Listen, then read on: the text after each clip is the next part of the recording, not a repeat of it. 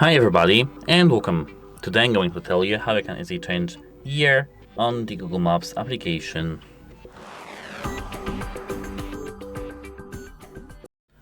And first we have to enter Street View.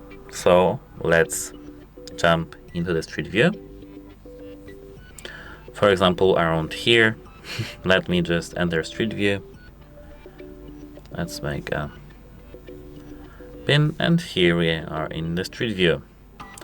Here, as you can see, we have a year ago, and to change the time we have to tap see more dates. Here to change year we just have to slide between them and select preferred one. The oldest one we have is from 2011. That's it, hope it helps you and goodbye.